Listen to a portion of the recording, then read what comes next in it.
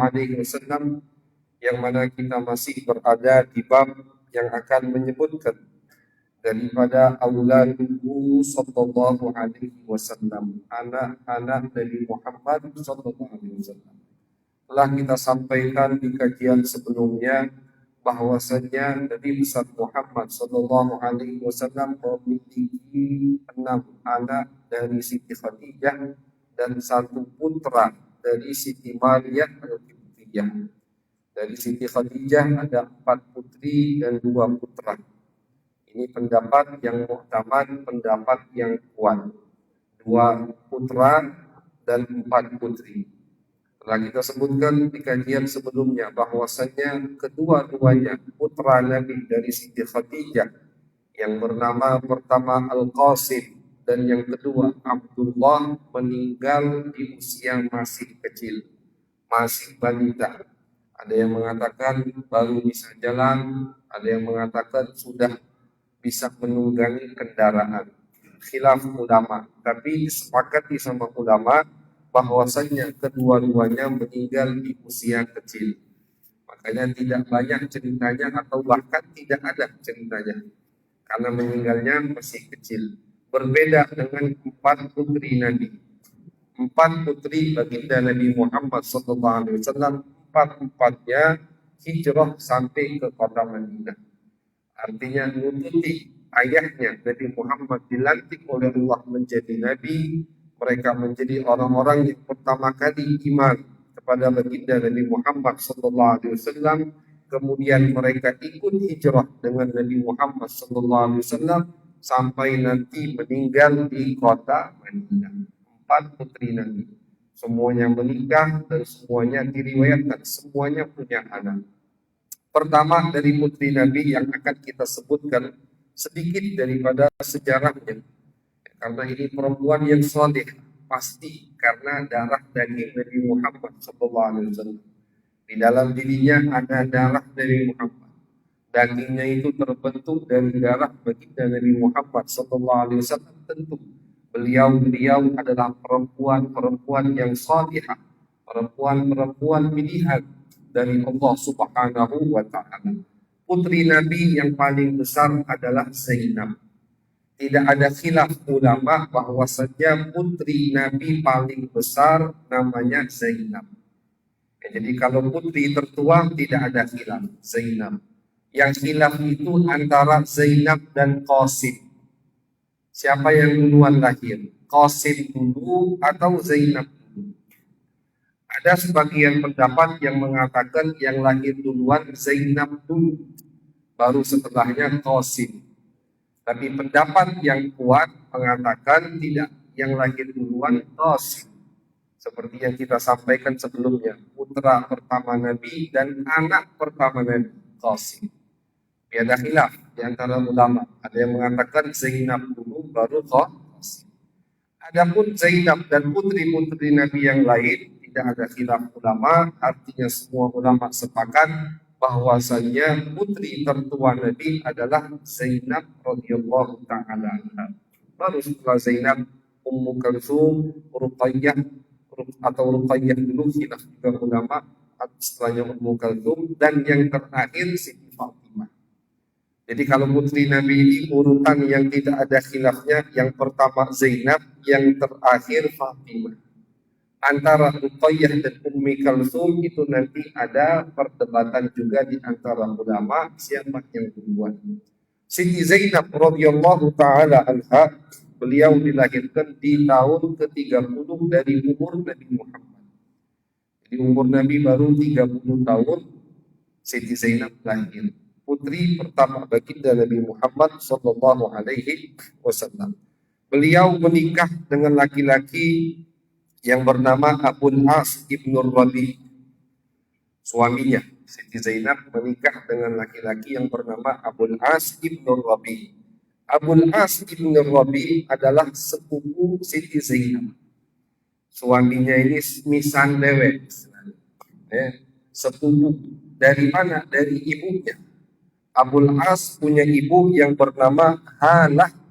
Halah ini saudari Siti Khadijah. Jadi ibunya Abul As bin Rabi ibunya Abul As, suami putri Nabi yang bernama Zainab, adalah anaknya Halah, yang mana Halah ini saudarinya Siti Khadijah, istri Nabi Muhammad sallallahu alaihi wasallam. Khadijah bintu Khuwailid, Halah bintu Khuwailid. Jadi sama-sama anaknya Khuwailid. Khadijah bintu Khuwailid, istri Nabi. Halah punya saudari Halah bintu Khuwailid. Nah, Halah ini punya anak namanya Abul As. Abul As lah yang menikah dengan putri Nabi bernama Zainab. Siapa yang menjodohkannya? Ulama menyebutkan yang menjodohkannya Siti Khadijah. Siti Khadijah ketika melihat keponakannya baik, orangnya, akhlaknya baik, menjaga harga dirinya, ini suami Siti Zainab. Akhirnya sama Siti Khadijah dimajukan atau beliau sampaikan kepada ayah dari Siti Zainab, yaitu Nabi besar Muhammad sallallahu alaihi wasallam. Jadi yang menginginkan perkawinan tersebut Siti Khadijah. Ketika Nabi dengar alasannya baik, orangnya juga baik, maka diterima usulan tersebut oleh baginda Nabi besar Muhammad sallallahu alaihi wasallam. Jadi yang bisa kita ambil pelajaran dari kejadian tersebut bahwasannya Nabi Muhammad sallallahu alaihi wasallam sebelum beliau menjadi nabi sekalipun, beliau orang yang menerima kalau diajak musyawarah. Walaupun usulan ini istilahnya dari perempuan, yang mana Pak biasanya laki itu paling sarong menerima usulan dari bininya dari. Asal teruang lain yang ngomong diterima, tapi bininya tidak diterima. Kadang tidak semua suami seperti itu, biasanya. Tapi Nabi Muhammad SAW ketika yang memberi usulan istri beliau perempuan, pada saat itu di zaman jahiliyah perempuan sangat dihina, tidak dipandang. Bahkan kita sering dengar bahwasanya ketika mereka dapat bagi perempuan, banyak di antara mereka yang menguburnya hidup-hidup di zaman jahiliyah. Nabi besar Muhammad sallallahu alaihi wasallam di zaman jahiliyah, artinya belum dilantik oleh Allah Subhanahu wa taala, beliau terima usulan dari wanita istri beliau Siti Khadijah. Sebelum ada ayat yang berbunyi wasyawirhum fil amri, ajak mereka musyawarah wahai Muhammad, perintah dari Allah di setiap urusanmu. Fa idza azamta fatawakkal 'ala Allah, kalau kamu sudah mantap maka tawakallah kepada Allah. Ini sebelum ayat ini turun, Nabi sudah sering ngajak musyawarah keluarganya. Inilah adab akhlak dari besar Muhammad sallallahu alaihi wasallam. Jadi dari sebelum Nabi, dari sebelum dilantik oleh Allah, Nabi sudah sangat menghargai wanita.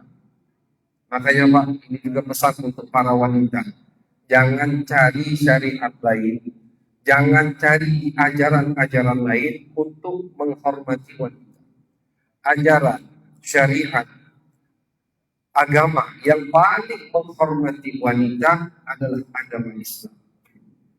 Orang yang paling menjunjung hak wanita adalah Nabi kita, Nabi besar Muhammad sallallahu alaihi wasallam.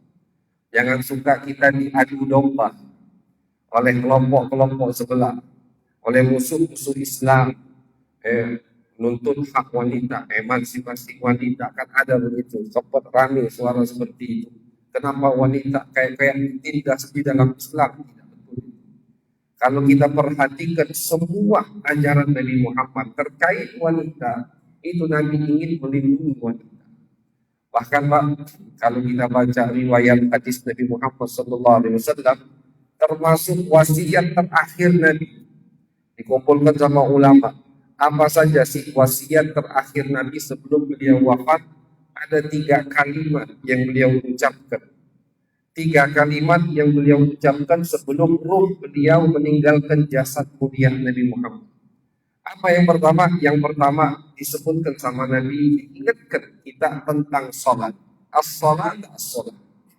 Ini wasiat terakhir Nabi Muhammad SAW. Nabi ingatkan umatnya tentang sholat. Kemudian yang kedua, apa yang disebut sama Nabi Muhammad? An-nisa, an-nisa. Kata Nabi, wahai para suami, hati-hati dengan istri kalian. Jaga hak mereka, hormati mereka, Jangan kalian zalimi mereka.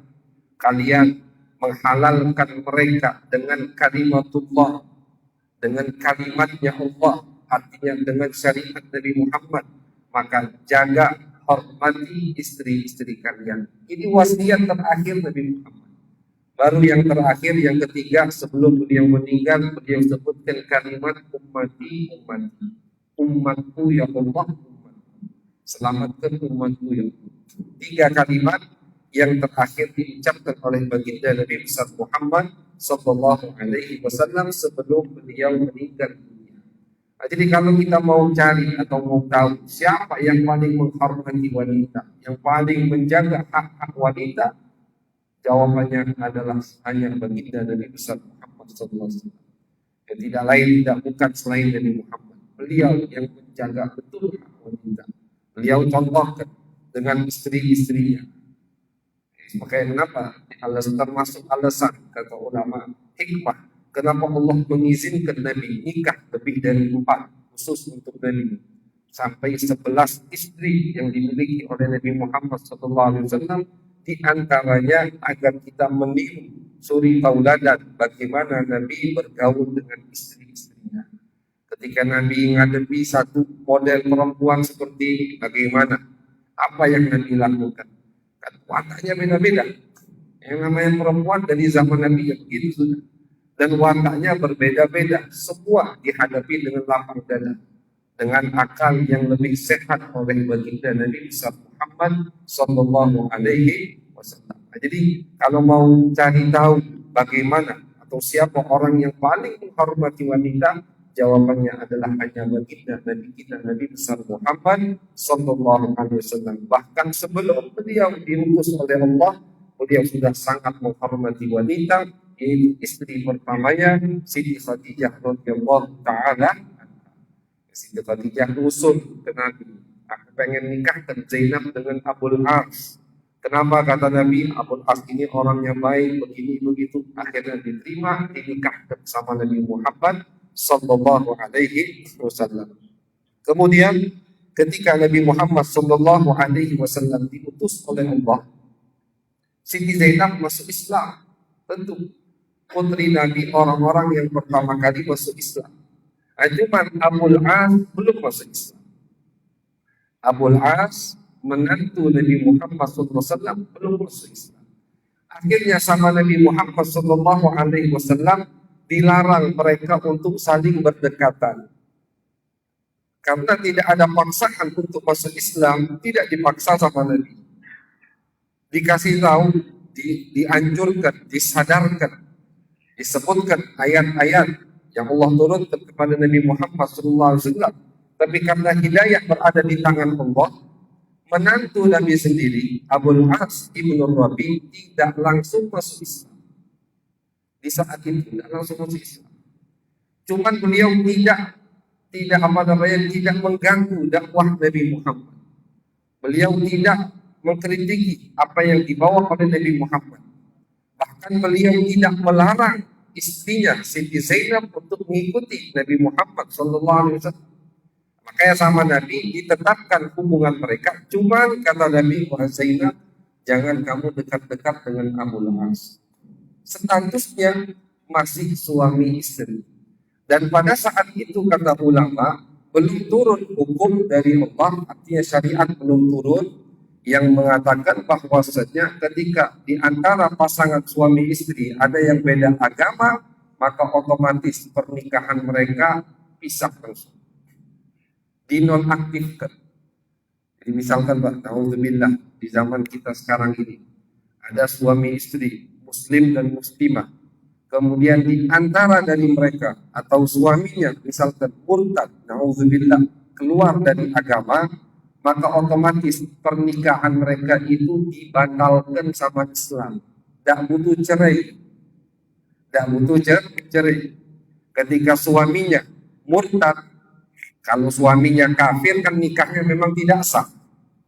Perempuannya muslimah, kawin sama laki-laki kafir, nikahnya tidak sah, tidak dianggap nikah itu sama agama Islam. Sekarang kasusnya beda. Kasusnya mereka ketika menikah muslim dan muslimah, kemudian suaminya murtad, auzubillah min dzalik, keluar dari agama Islam. Ketika suaminya murtad, saat itu juga otomatis pernikahan mereka dinonaktifkan, batal langsung, terlepaskan. Tidak perlu suaminya atau istrinya minta cerai, tidak perlu. Otomatis langsung terpisah. Kenapa? Karena pindah agama. Nah, hukum ini belum turun waktu itu. Belum ada di awal-awal Islam. Karena ketika kita tengok sejarah Nabi Muhammad, Nabi 13 tahun di Mekah, ayat-ayat yang turun itu tidak ada kaitan dengan hukum sama sekali. Selama 13 tahun Nabi di kota Mekah, turun kurang lebih 85 surat Al-Quran di kota Mekah, sisanya di kota Madinah. Jadi jumlah surat Al-Quran kan ada 114. 85 atau 84 surat itu turunnya di Mekah, sisanya turun di Madinah. Daripada ayat-ayat yang turun di Mekah tidak ada yang berkaitan dengan hukum pernikahan, hukum perceraian, hukum sholat, belum ada. Itu nanti puasa, haji turunnya nanti di Madinah. Terus apa ayat yang turun di kota Mekah? Ulama tafsir mengatakan ayat yang turun di kota Mekah ayat-ayat yang berkaitan dengan tauhid, dengan mengesahkan Allah Subhanahu wa taala. Ayat yang turun di Mekah, ayat-ayat yang berkaitan dengan padang mahsyar, dengan hari kiamat, dengan sesuatu yang gaib, surga, neraka. Nah, itu yang turun di Mekah. Makanya belum ada hukum. Ketika Siti Zainab ikut Nabi Muhammad masuk Islam, suaminya tidak ikut Nabi Muhammad, belum muslim, mereka tetap suami istri, cuman sama Nabi dilarang untuk saling berdekatan.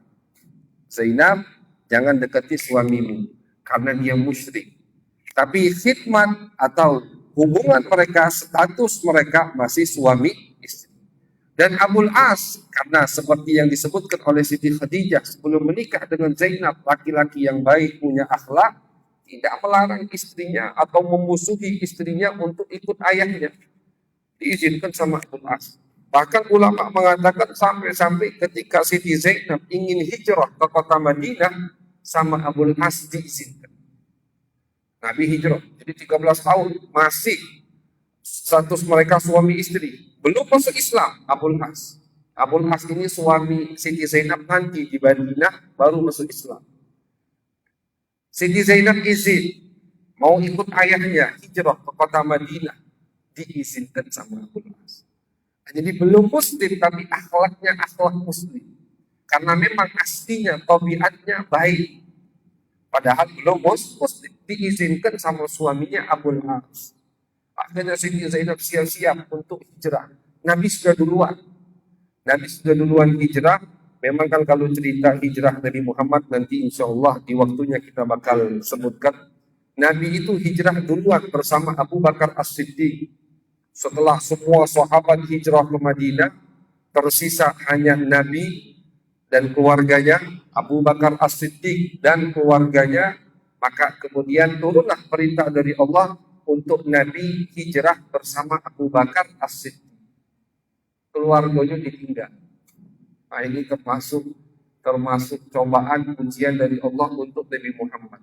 Yang dapat perintah untuk hijrah duluan Nabi dan Abu Bakar. Maka Nabi dan Abu Bakar berdua keluar dari Madinah. Keluarga Abu Bakar semuanya masih di Mekah. Anaknya, istrinya, keluarga Nabi juga masih di Mekah. Putri-putri Nabi masih di Mekah semua. Tapi Nabi tidak ketakutan. Nabi tidak gelisah karena ini perintah dari Allah Subhanahu wa taala.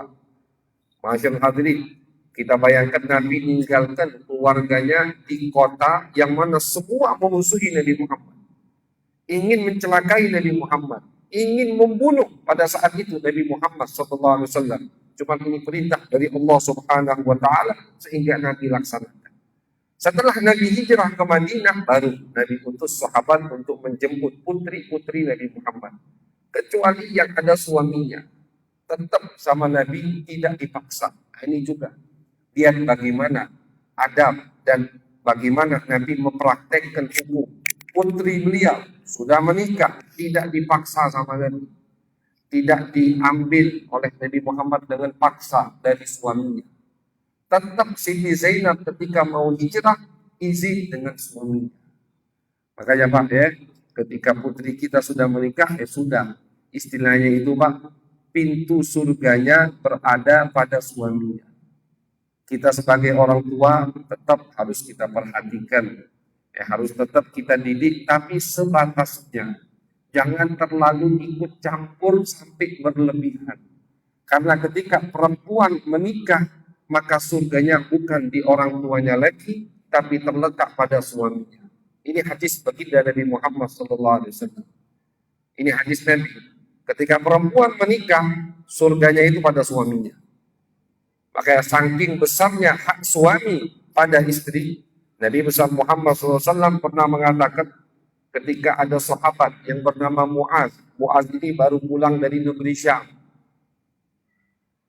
Ketika ketemu dengan Nabi, Muaz pengen sujud kepada Nabi. Dilarang sama Nabi. Muaz, betul, jangan sujud-sujud. Kenapa kau nak sujud di hadapanku? Kata Muaz, ya Rasulullah, ketika aku di negeri Syam, aku melihat Kaisar Romawi itu kalau masuk ke ruangannya, semua yang hadir sujud kepadanya. Maka engkau ya Rasulullah lebih pantas untuk disujudi daripada Kaisar Romawi. Kata Nabi, tidak boleh wahai Muaz. As-sujudu lillah, sujud hanya untuk Allah. Tidak boleh sujud kepada makhluk, tidak boleh. Siapapun itu. Sujud seperti kita sholat gitu. Sujud seperti kita, bukan sungkem. Bukan sungkem. Kalau sungkem, cium kaki ibu kita, cium kaki bapak kita, boleh. Dalilnya ada, sahabat banyak yang mencium kaki dan tangan Nabi Muhammad SAW. Jadi kalau ada orang, itu berlebihan, cium kaki atau tangan ulama, berlebihan. Tidak berlebihan. Ada dalilnya dari sahabat Nabi ketika mencium tangan dan mencium kaki baginda Nabi Muhammad SAW. Bukan sungkem, bukan cium kaki, sujud ini maksudnya. Sujud seperti sholat. Nah boleh kata Nabi, wahai Mu'ad, kalau misalkan aku diizinkan oleh Allah untuk makhluk sujud kepada makhluk, maka aku akan perintahkan istri sujud kepada suaminya. Kalau memang sujud sesama makhluk itu boleh, maka yang cuma boleh istri sujud kepada suami. Saking besarnya atau saking wajibnya istri taat dan patuh kepada suami. Dan ini diterapkan sama Nabi Muhammad. Ketika Nabi hijrah, putri-putri beliau hijrah, Siti Zainab belum hijrah. Kenapa? Ada suami. Ada suaminya. Dan hukum pembatalan nikah ketika beda agama belum disyariatkan di agama Nabi Muhammad pada saat itu. Makanya statusnya masih suami istri. Ketika Zainab punya suami, maka harus patuh kepada suaminya selagi tidak melanggar perintah Allah tentunya. Makanya Siti Zainab masuk Islam, tapi meninggalkan rumah tidak. Sampai akhirnya beliau izin dengan suaminya, Abul As. Lihat suaminya, diizinkan. Akhlaknya baik, tapi belum dapat hidayat dari Allah. Diizinkan sama suaminya untuk hijrah ke Madinah. Disiapkan sama Abul As. Abul As tidak ikut. Disiapkan sama Abul As, karena Nabi udah ngutus sahabat nunggu di satu tempat. Tahu Abul As, sudah janjian dengan Nabi Muhammad SAW. Disiapkan kendaraannya, semua temannya. Ketika Siti Zainab keluar dari kota Mekah, ada satu orang yang bernama Habbar bin Aswad. Ini orang sangat benci dengan Nabi Muhammad. Pengen mencelakai Nabi Muhammad.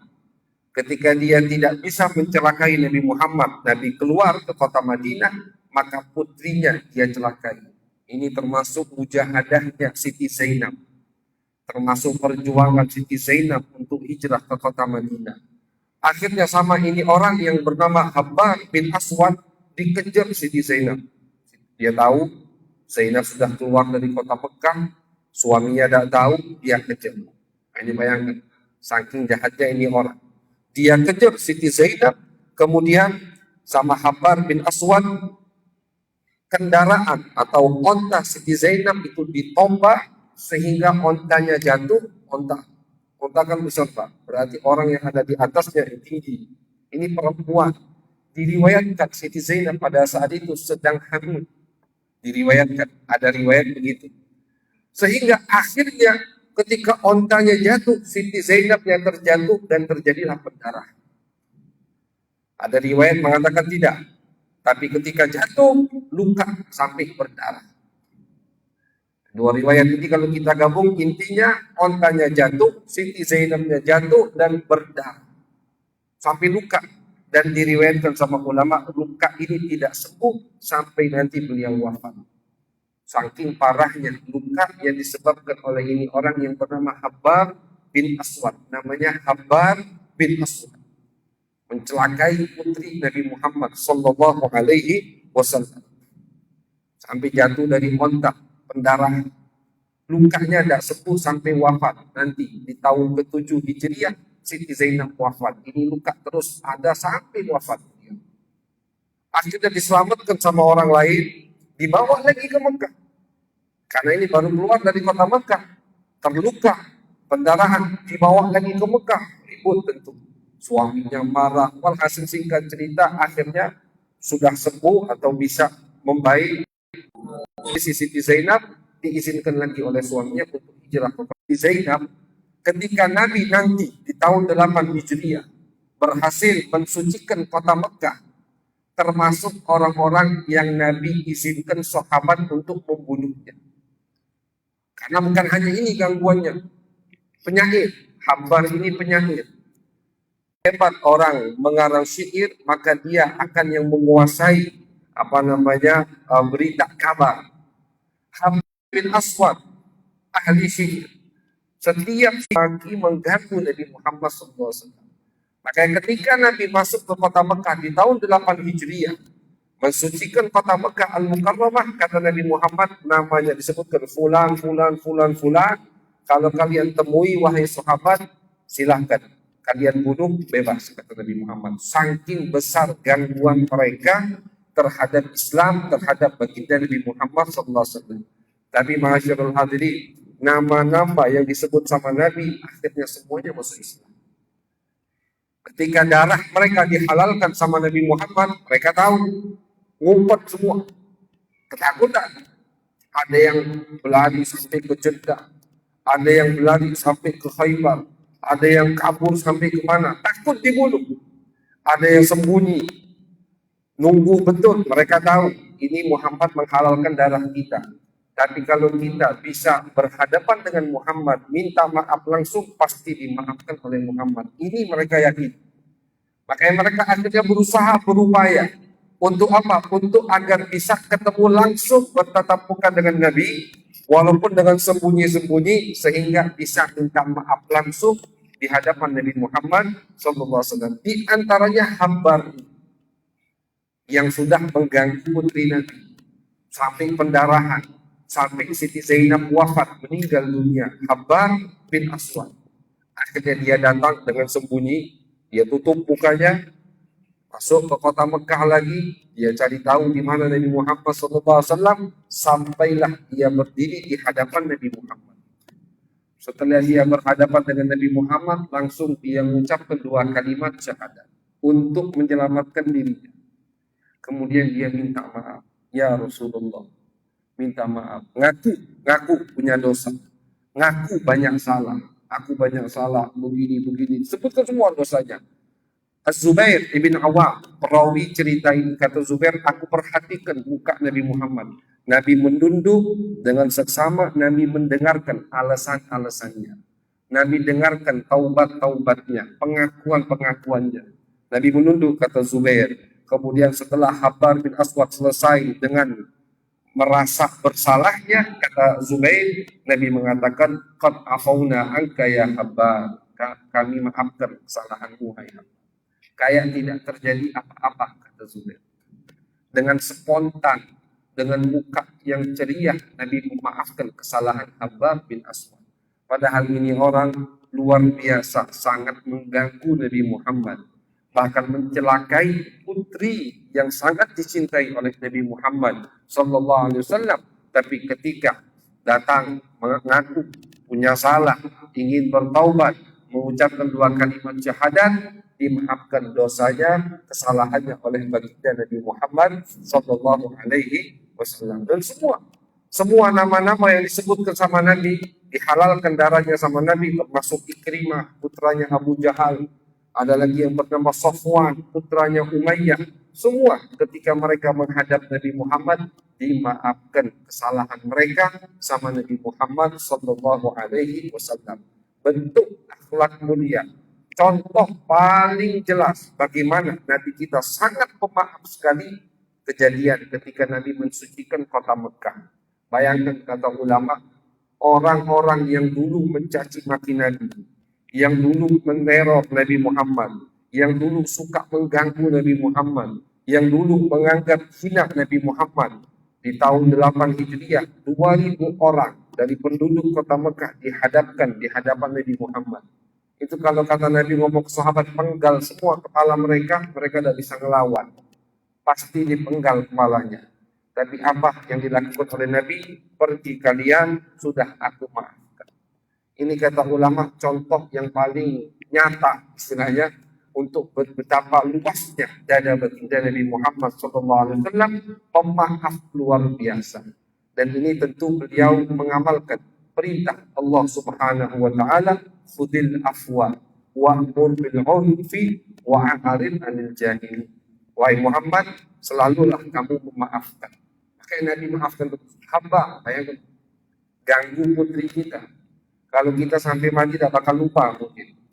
Dicelakai sampai jatuh dari otak, pendarahan, luka itulah yang menyebabkan dia wafat.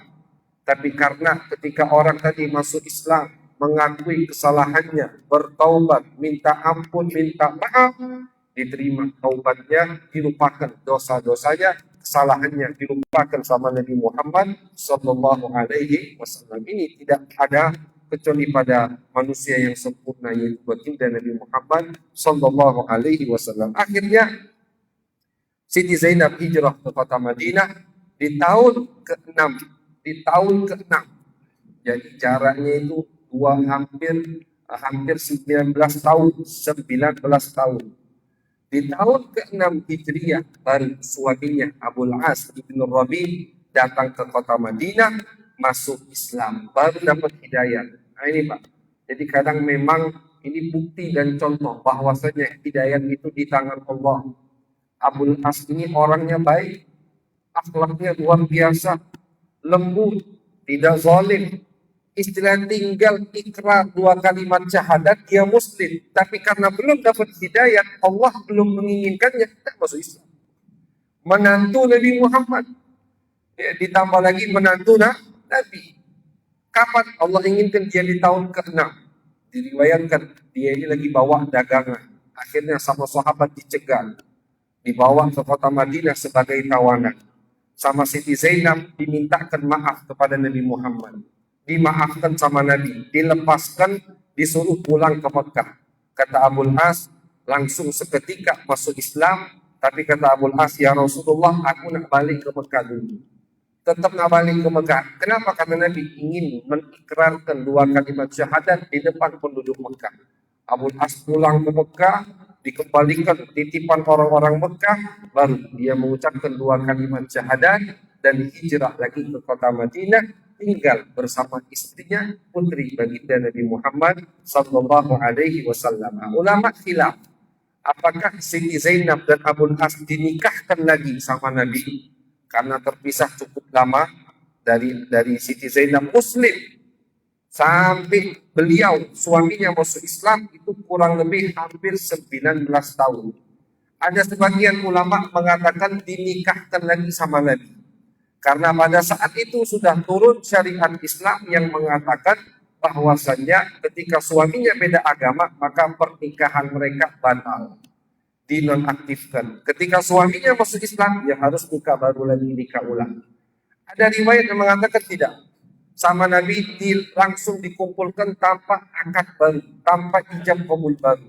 Cuman pendapat yang muktamad dan yang dikuatkan oleh imam kita, Imam Asy-Syafi'i, yaitu dinikahkan ulang oleh baginda Nabi Muhammad Sallallahu Alaihi Wasallam. Sampailah Siti Zainab wafat, Abul As bin Rabi tinggal di kota Madinah bersama baginda Nabi besar Muhammad Sallallahu Alaihi Wasallam. Siti Zainab, ma'asyiral hadirin, cuman punya dua anak, putra dan putri. Putranya yang pertama bernama Ali dan putrinya bernama Umamah. Nah, Umamah ini putri Siti Zainab adalah cucu Nabi yang kalau kita pernah baca hadis, pernah sama Nabi dibawa sholat. Jadi Nabi pernah lagi sholat ngendong bayi, ngendong anak kecil, bukan bayi, maaf, anak kecil.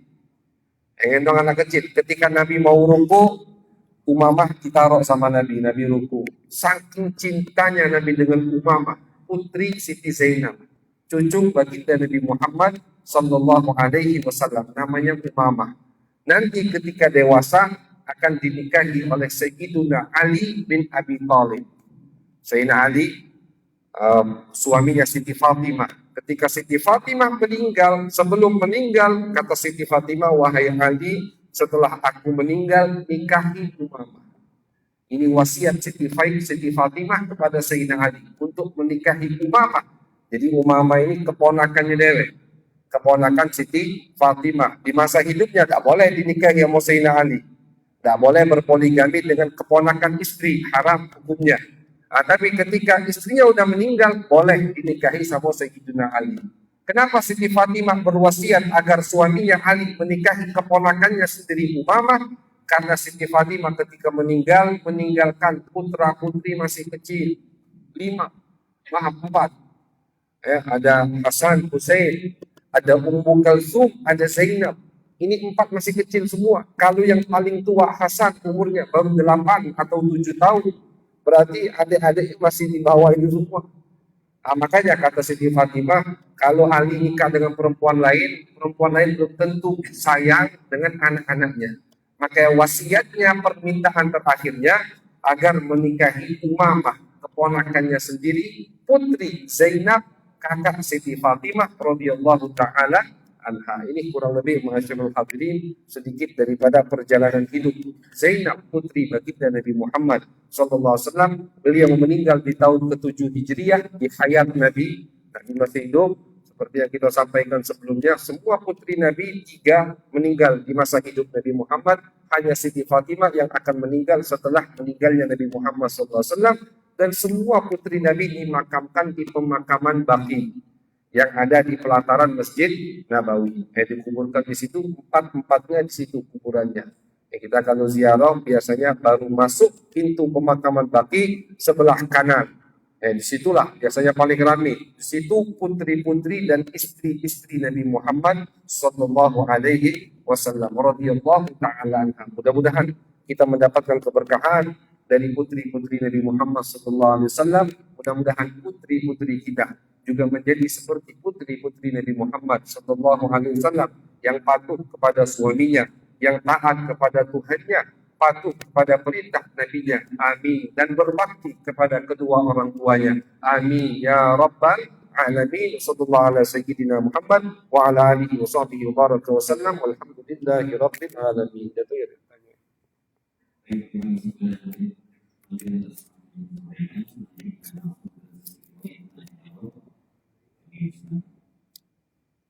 Jatuh. Salam.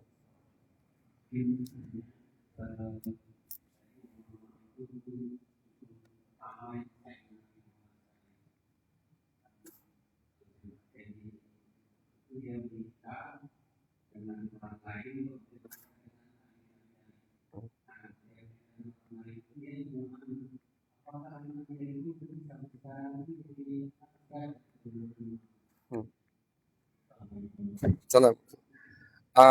Kebalik Pak ya. Menikah pertamanya Umamah itu dengan Sayyidina Ali dulu. Dengan Ali dulu, ya. Setelah menikah dengan Sayyidina Ali sampai siapa? Sampai Sayyidina Ali wafat. Sampai Sayyidina Ali wafat, kemudian Umamah menikah dengan laki-laki yang bernama Mughirah. Mughirah ini juga dari Quraisy. Mughirah bin Naufal, nanti atasnya itu nyambung ke nasab Nabi Muhammad SAW. Laki-laki yang bernama Mughirah. Nah, dari situ punya anak. Cuman ulama sejarah mencatat anaknya itu tidak ada keturunannya sampai sekarang. Terputus jadi. Dari Mughirah ini. Dari Sayyidina Ali diriwayatkan tidak punya anak. Ada riwayat yang mengatakan punya anak cuman meninggal masih kecil. Sayyidina Ali wafat, berarti cukup lama itu. Umamah tinggal dengan Sayyidina Ali. Sayyidina Ali itu wafat setelah Nabi kurang lebih 30 tahun. Maaf, kurang lebih Sayyidina Ali wafat setelah Nabi, iya 30 tahun. Berarti ketika Sayyidina Ali menikah dengan Umamah, itu hidup Umamah dengan Sayyidina Ali sampai 30 tahun ke depan. 30 tahun ke depan. Sayyidina Ali meninggal, menikah Umamah dengan laki-laki yang bernama Mughirah. Punya anak, cuman terputus. Tidak sampai sekarang. Tidak ada sampai sekarang. Nah, jelas insyaAllah.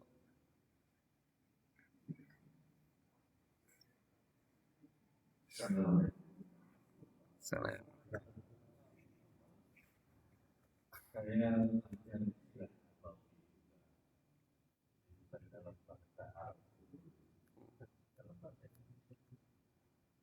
Setelah Rasulullah Sayyidina Ali itu bilang istrinya 9 istrinya kita masuk sama anaknya 18 laki-laki 18 perempuan ada semua namanya silakan apakah itu betul atau bukan. Yang kedua selalu itu terbaik saya baca di antologi Terapan bukunya itu ada di Ustaz Rohid Seragam Baca bahwa Ahlul Bait cuma dari Muhammad, Sayyidina Fatimah, Hasan dan Husain. Kemana yang lain dan mengapa? Tidak dipastikan Ahlul Bait. Maka kita Assalamualaikum. Jadi Pak, betul memang Sayyidina Ali bin Abi Thalib setelah Siti Fatimah wafat, baru beliau istrinya banyak. Di masa hidupnya Fatimah, Sayyidina Ali tidak berani poligami. Kenapa? Takut menyakiti hati Siti Fatimah. Bukan karena pilih-pilih, bukan. Ketika kan namanya perempuan, Pak, ketika di madu pasti sakit hati. Sehebat apapun perempuan, ya, seahli ibadah apapun perempuan, kalau di madu pasti sakit hati. Sedangkan Nabi sudah pernah mengucapkan hadis. Kata Nabi, yang membuat Fatimah marah, aku marah. Yang membuat Fatimah senang, aku senang. Nah, Sayyidina Ali takut di situ. Kalau aku kawin lagi, otomatis Fatimah tersakiti, marah. Otomatis Nabi marah, tersakiti. Ketika Nabi murka, ini yang takut. Allah yang murka. Otomatis galau ini. Makanya Sayyidina Ali semasa hidup Siti Fatimah, beliau sudah menikah. Siti Fatimah wafat, baru beliau menikah dengan Umamah. Nanti beliau punya istri dari kabilah ini, dari kabilah banyak. Dari kabilah Bani Hanifah. Nah cuman 9 istri itu semuanya istri di satu waktu tidak benar. Tidak benar itu. Karena apa Pak? Karena sepakat ulama, selain Nabi Muhammad hanya boleh punya istri di satu waktu 4. Tidak boleh lebih dari 4.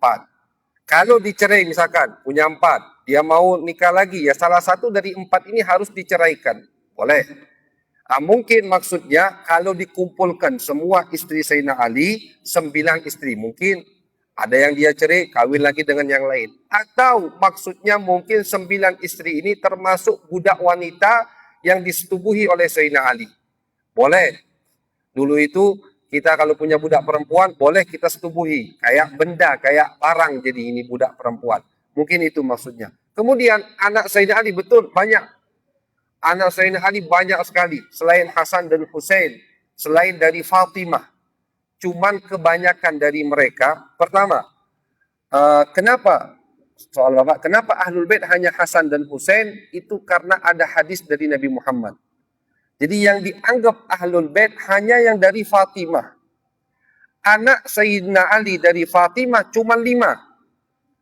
Laki-laki 3, perempuan 2. Hasan, Husain, dan Muhsin. Tapi Muhsin ini meninggal masih kecil. Makanya tidak punya keturunan. Siti Zainab dan Siti Ummu Kalsum perempuan. 5. Ahlul Bait hanya yang dari Siti Fatimah.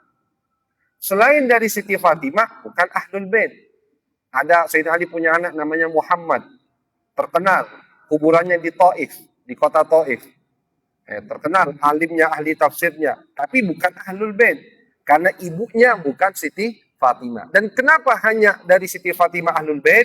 Ada hadisnya.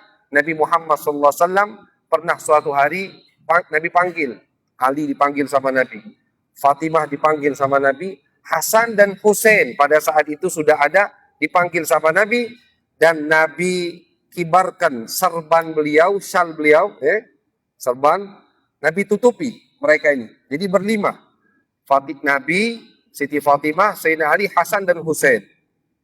Kata Nabi, ya Allah, mereka ahli bait. Allahumma haula'i ahlu baiti. Nah, maka terkenal juga dengan ahlul kisah. Mungkin kita suka dengar, apa ahlul kisah? Kisah itu artinya serban. Kisah itu artinya serban atau kain yang panjang, itu kisah. Kenapa ahlul bait juga dipanggil dengan ahlul kisah? Karena mereka yang diserbani oleh Nabi Muhammad SAW berlima, Nabi, Siti Fatimah, Sayyidina Ali, Hasan dan Husain. Kemudian Nabi katakan, ya Allah, mereka ahlu bait. Jaga mereka, didoakan sama Nabi Muhammad SAW. Itulah kenapa ahlul bait hanya yang dari Fatimah, yaitu Hasan dan Husain. Hasan dan Husain ini Pak juga nanti kalau kita baca sejarahnya banyak anaknya.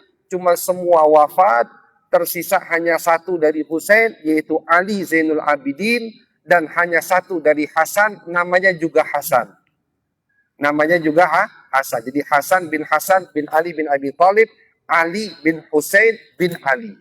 Dari Siti Fatimah. Insyaallah jelas. Ya tadi. Udah? Cukup? Cukup.